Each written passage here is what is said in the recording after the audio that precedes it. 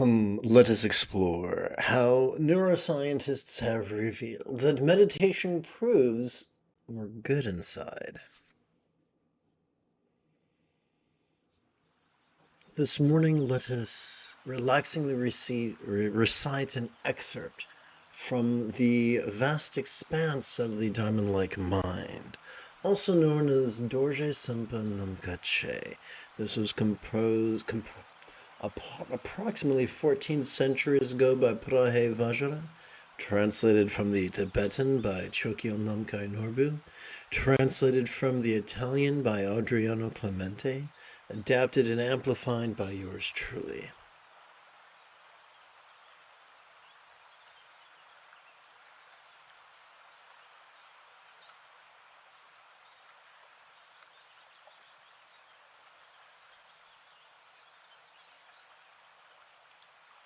Excellent. Okay. Together, the vast expanse of our diamond-strong mind is the ever-good and spacious ultimate dimension of phenomena. This pure, complete path that liberates all does not arise, cease, or actively analyze anything. There's a lot here to unpack. The title of this morning's live stream emphasizes the phrase, ever good. So I'm going to, let's see here, paraphrase that as all good. All good is a reference to this archetype in the bottom right-hand corner of the screen, known in Sanskrit as Samantabhadra, Samantabhadri, Karamamudra, known in Tibetan as Kuntu Zongpo, Kuntu Zongmo, Yabhyam, and which could be translated into English as the all-good one's sporting and tantric union. This was explored in great detail during yesterday morning's class, which I'm sure the edited version will be available for you to peruse in about 2 or 3 hours. It takes YouTube a while to process live streams.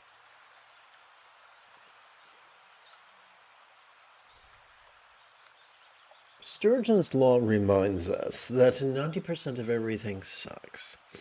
For humans, especially for people who claim to be spiritual, that suckiness could look like Yang's religious patriarchy, where people are really excited to be rigid, fearful, superstitious, controlling, elitist, cryptic, competitive, and cruel. These people delight in being coercive, controlling. And one of the ways they do that is convincing everyone that they're bad and they're going to go to hell. Yes, even many Buddhists teach that. Even many Hindus teach that. Even many Taoists teach that. Whenever there is a spiritual or a secular system gaining traction, like moths drawn to a porch light, minions of matriarchy, people seeking power for its own sake, will claw and bite and scratch into positions of leadership and then begin incrementally changing the teachings. We see that in every religion. Since I'm an expert in Buddhism, I've seen this in Buddhism. I've seen the basic message of proto-Buddhism, the Eightfold Path, being distorted and twisted over the centuries, over the millennia, till it's unrecognizable. This reminds me of the 1970s song by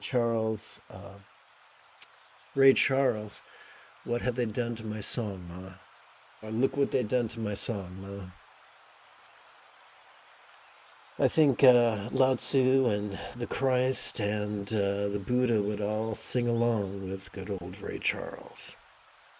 So you got a bunch of people trying to manipulate the masses through fear and deceit. usually to give up their power and to give up their wealth, because the old tricks are the best tricks, or so they say. But 14 centuries ago, the great Buddhist reformer Vajra taught otherwise. He was not alone, but he was terribly eloquent. And the teaching was that, and this was explored, oh gosh,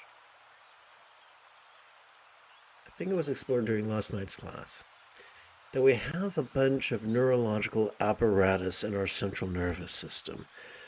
When I was a little boy and I would climb trees, my mother would say, "Don't climb the tree, you'll fall down, crack open your head, and your brains will fall out." And she always used the plural. And it turns out that's an archaic reference to the idea that our brain has many substructures in it. Let's discuss a few of those right now. There's a way to go through life that is endorsed by Yang's religious patriarchy. And it's a way of being very, very controlling, about concentrating and contemplating in a manner that exhausts the front of our brain, our prefrontal cortex, and consequently triggers the middle of our brain, an area called the amygdala, which which is the seat, actually, of both anxiety and aggression. Now, there are card-carrying members of Yang's religious patriarchy who thinks that's A-okay. Why, even the 14th Dalai Lama says, hey, fear is good.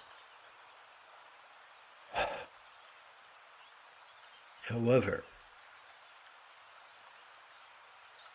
those are not the only mechanisms in our central nervous system.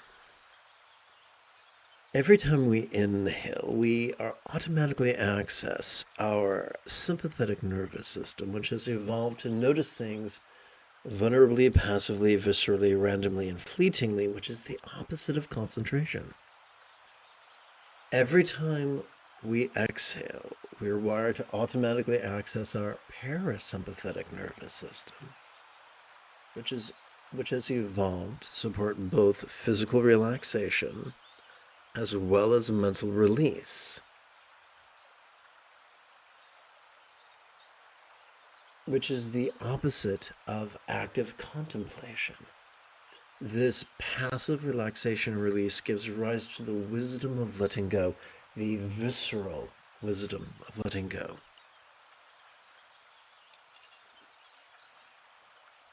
As opposed to the contrived cleverness of contemplation. A fringe benefit of cooperating with these two facets of our autonomic nervous system is that it stimulates a region of our brain known as the anterior cingulate gyrus, which functions as the hub of our mirror neurons and consequently the seat of empathy, which itself is the root of both compassion and love. The more we cooperate with our autonomic nervous system,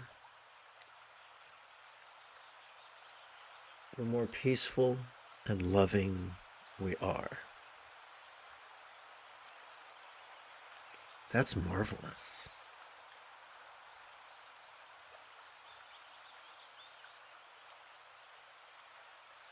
So think of it this way. Each time we relax into our exhalation, whatever anxiety or aggression we might have noticed during our previous inhalation could begin to feel as if it was as non-graspable as a vast empty void. They could begin to feel as if they were as non-graspable as the illusion of the infinite azure sky on a bright and beautiful cloudless morn, which, although could be tantalizing to the eye, is non-graspable to the hand.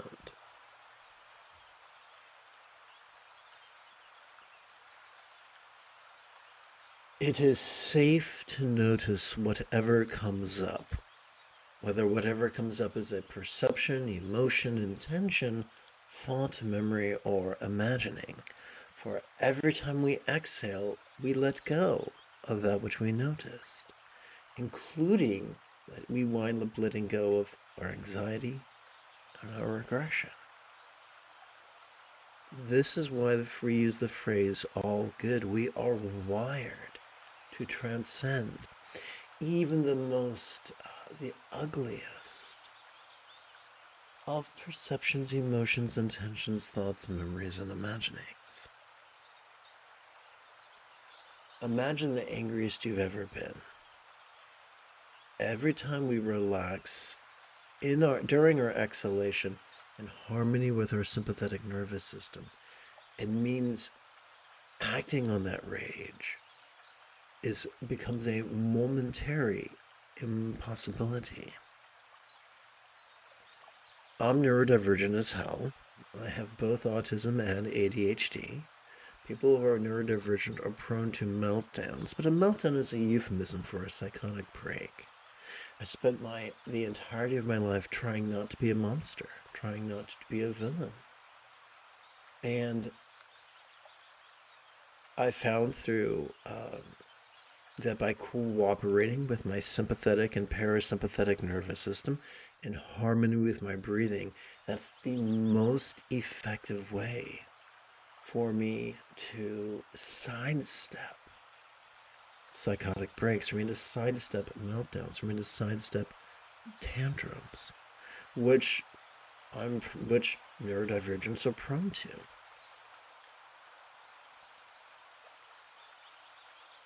So clearly, this is not a boast, but if it works for me, it can work for anybody. So let's relaxingly recite this 3 more times. Together, the vast expanse of our diamond-strong mind is the all-good and spacious ultimate dimension of phenomena. So we'll stop right there. So as we relax into our exhalation, that which we noticed during our previous inhalation, the good, the bad, and the ugly, can begin to feel as non-graspable as a vast, empty expanse, a vast, empty void. Let's continue with the word this.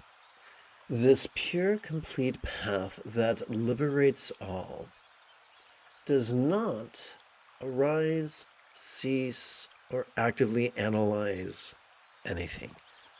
In the words of South Park, what? What does that mean? Simple. We don't have to contrive the path. All we got to do is cooperate with our existing neural architecture. We don't need to pacify something or purify something. All we need to do is cooperate with our sympathetic and parasympathetic nervous systems during our respective inhalations and exhalations. We do not need to rely upon discrete mechanisms such as our discrete pathways, such as our dorsolateral prefrontal cortex. We don't have to exhaust the front of our brain. We don't need to actively analyze. All we need to do is passively notice, vulnerably, passively, viscerally, randomly, and fleetingly, in harmony with our inhalation, physically relax and mentally release in harmony with our exhalation, and that will give us the visceral wisdom of letting go. Third repetition. This vast expanse of our diamond-strong mind is the all-good and spacious ultimate dimension of phenomena. So what do we mean by ultimate dimension? The great South Indian Buddhist philosopher Nagarjuna described reality in terms of 2 truths: ultimate reality and conventional reality. You see, so many people were so excited to let go that they stopped trying to notice. In fact, they began repressing their tendencies to notice, which is really unfortunate because the Buddha was big on noticing things. In both the Eightfold Path, the 7th fold is mindfulness. In the 7 enlightenment factors, the first enlightenment factor is mindfulness. So people, even with the best of intentions, suppressing their perception, emotions, intentions, thoughts, memories, and imaginings is tantamount to shooting oneself in the foot with a shotgun. I wouldn't recommend it. So what good old Nagarjuna taught is, guys, just as so there are conventional realities and ultimate realities. We experience conventional realities as we breathe in and consequently automatically notice vulnerably, passively, viscerally, randomly, and fleetingly. We taste of ultimate reality every time we exhale and thus physically relax and mentally release. Now, just between you and I, as we've never seen a bird armed with only one wing successfully take to the sky, similarly, neither you nor I can master the Buddha's path with, emphasizing letting go and forsaking noticing. Arjuna taught that both are important. So that's what we mean by ultimate dimension. Whatever we notice, whatever tantalizing or discouraging thing we notice during our inhalation is tamed automatically during the exhalation, which gives us access to relaxation and releases ultimate dimension of letting go. This pure, complete path that liberates all does not arise, cease, or actively analyze anything. And now the concluding recitation. This vast expanse of our diamond strong mind is the all-good and spacious ultimate dimension of phenomena. This pure, complete path that liberates all does not arise, cease, or actively analyze anything.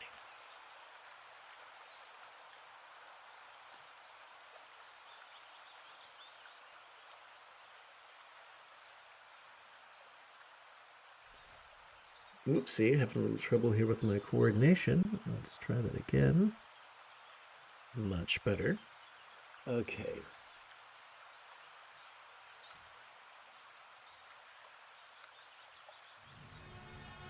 It is Yoda Monday morning.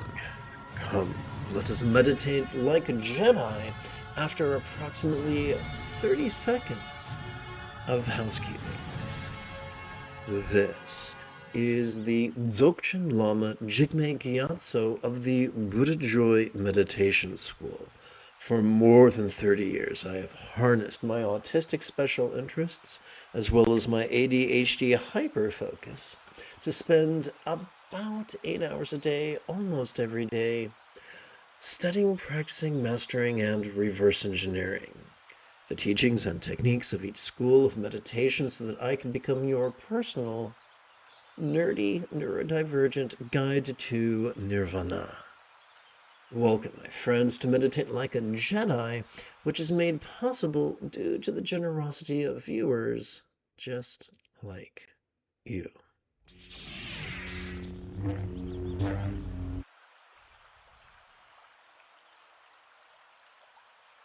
We turn now to the latest iteration of very easy meditation practice text, or sadhana, if you're nasty.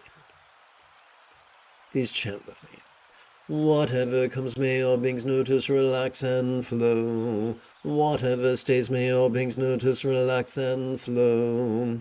Whatever goes may all beings notice, relax and flow. Pardon me.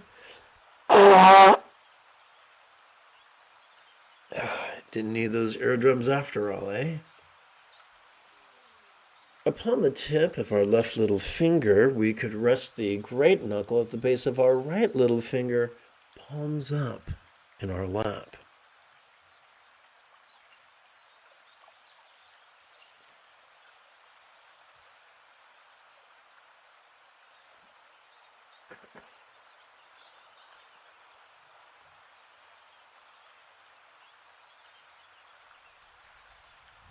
Oof. So, patriarchy, elitist patriarchy, likes to stomp and snort and tell people they can't become a Buddha unless they sit in the full lotus posture. But the Buddha never taught that. In fact, ancient Buddhist statuary reveals or depicts Gautama as sitting in the quarter lotus posture, wherein one lower leg rests comfortably upon the other, like like an Oreo cookie or an ice cream sandwich. Um, Now, when most of us try to assume this posture, I myself am like 59 and 3/4. The first time we try to sit this posture, our body doesn't cooperate and our limbs are all over the place. We don't want to force it. If you try to, because our knees are just hinge joints, we want to turn out or release from the hips. We don't want to force it. We just want to sit for 5 minutes every 12 hours or so and just let time and gravity do their job. Within a week or two, we'll be styling. At least that's what every student who's followed my instructions has ever told me. So, in a nutshell, let's review the mechanics of mindfulness and meditation. Every time we inhale, thanks to the sympathetic nervous system ensconced within the middle third of our spinal cord, we are wired to notice in a very special way. We're wired to notice vulnerably, passively, viscerally, randomly, and fleetingly, which is the opposite of concentration. What do we do with all that which we noticed? Every time we exhale, thanks to the parasympathetic nervous system, it's divided between the lower third and the upper third of this same spinal cord. We are wired for both physical relaxation as well as mental release.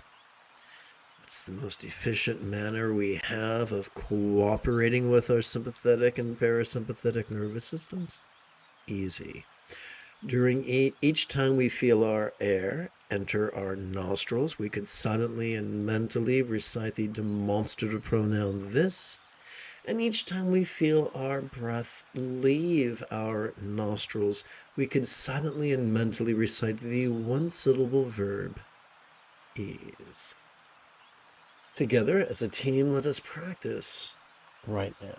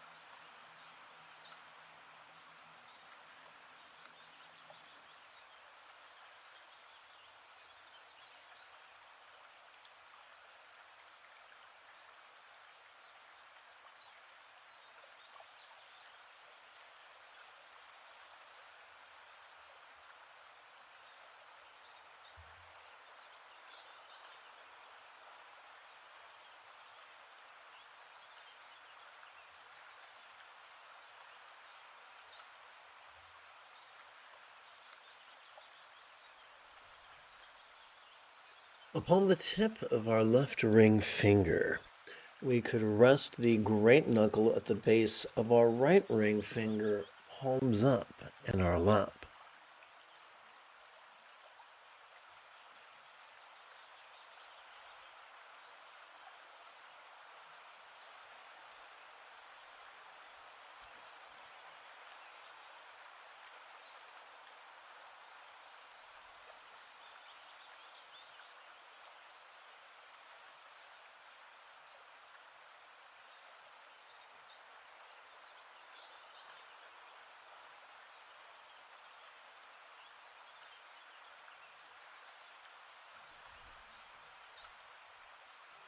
The famous statue found at Kamakura, Japan, does an excellent job of illustrating the 7-point posture of Atochana. Legs crossed comfortably in the quarter lotus position, or at least according to the instructions we follow. Hands in our lap in the manner that we just described. A vertical traction between our tush and the back of our head, causing our chin to tuck subtly and causing our shoulder blades to open like the wings of a vulture protecting its lunch.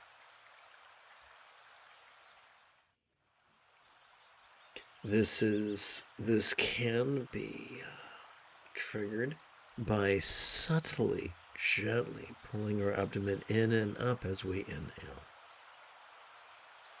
And speaking of inhalations, every time we inhale, thanks to our sympathetic nervous system, we are wired to vulnerably, passively, viscerally, randomly, fleetingly notice mind's antics of perception. You know. Sights, sounds, sensations, flavors, scents, and the like, including the full spectrum of human emotions, intentions, cognitions, recollections, and imaginings.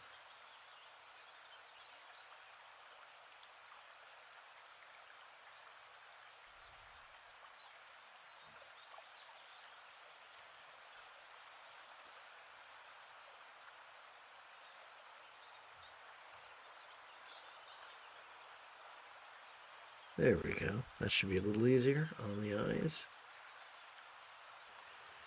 The most efficient way with which we can cooperate with both our sympathetic as well as parasympathetic nervous systems is to silently and mentally recite the demonstrative pronoun this each time we breathe in through our nostrils, and to silently and mentally recite the one-syllable verb ease each time we breathe out through our nostrils.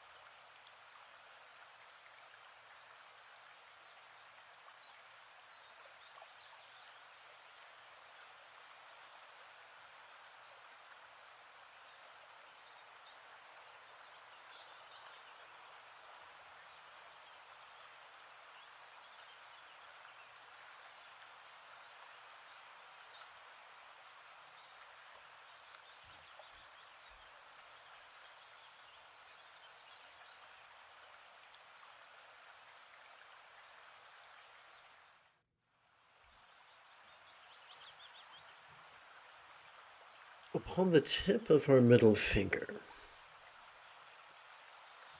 we could rest the great knuckle at the base of our right middle finger, palms up, in our lap.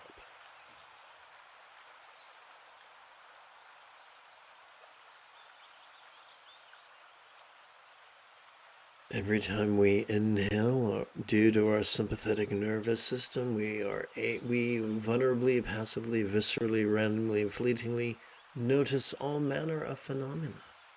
From the external to the internal, from the physical to the mental, from the pleasurable to the painful, from the interesting to the boring, from the glorious to the grotesque.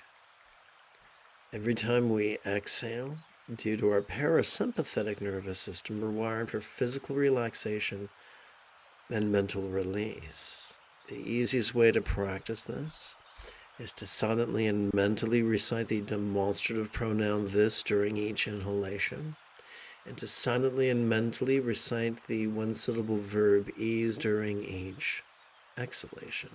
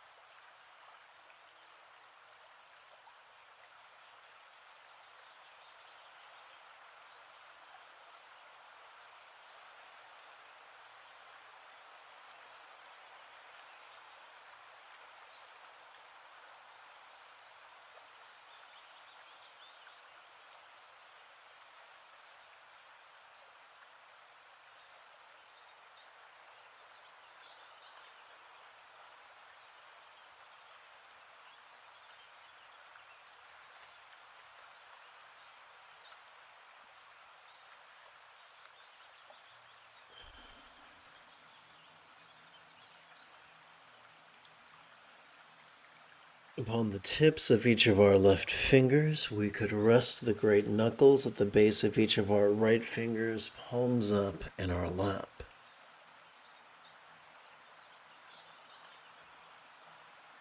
Every time we relax into our exhalation, whatever dualities such as scorn or praise,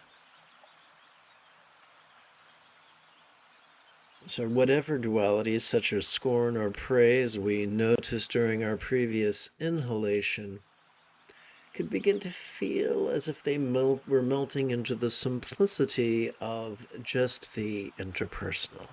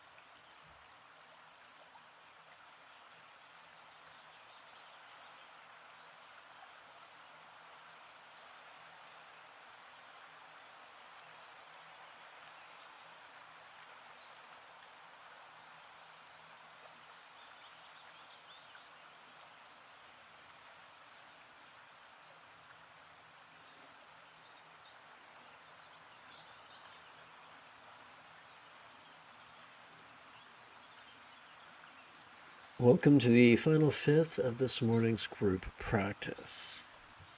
Upon the tip of our left index finger, we could rest the great knuckle at the base of our right index finger, palms up in our lap. Every time we relax into our exhalation, whatever confusion we might have noticed during our previous inhalation could begin to feel as if it was melting into all-pervading wisdom.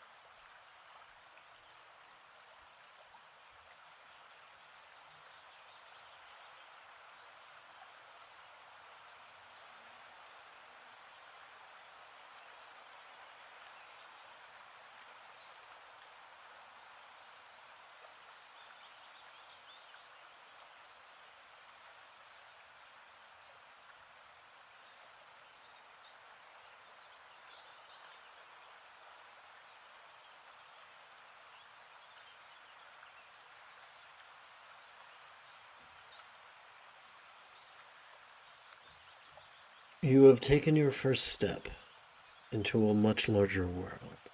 If you feel that I have earned it, you could give this live stream a thumbs up. You could even help support this channel. In approximately 10 and 3/4 hours, I would very much like to return to lead today's evening meditation class and group practice. And if you are as geeky as me, may the Force be with you always.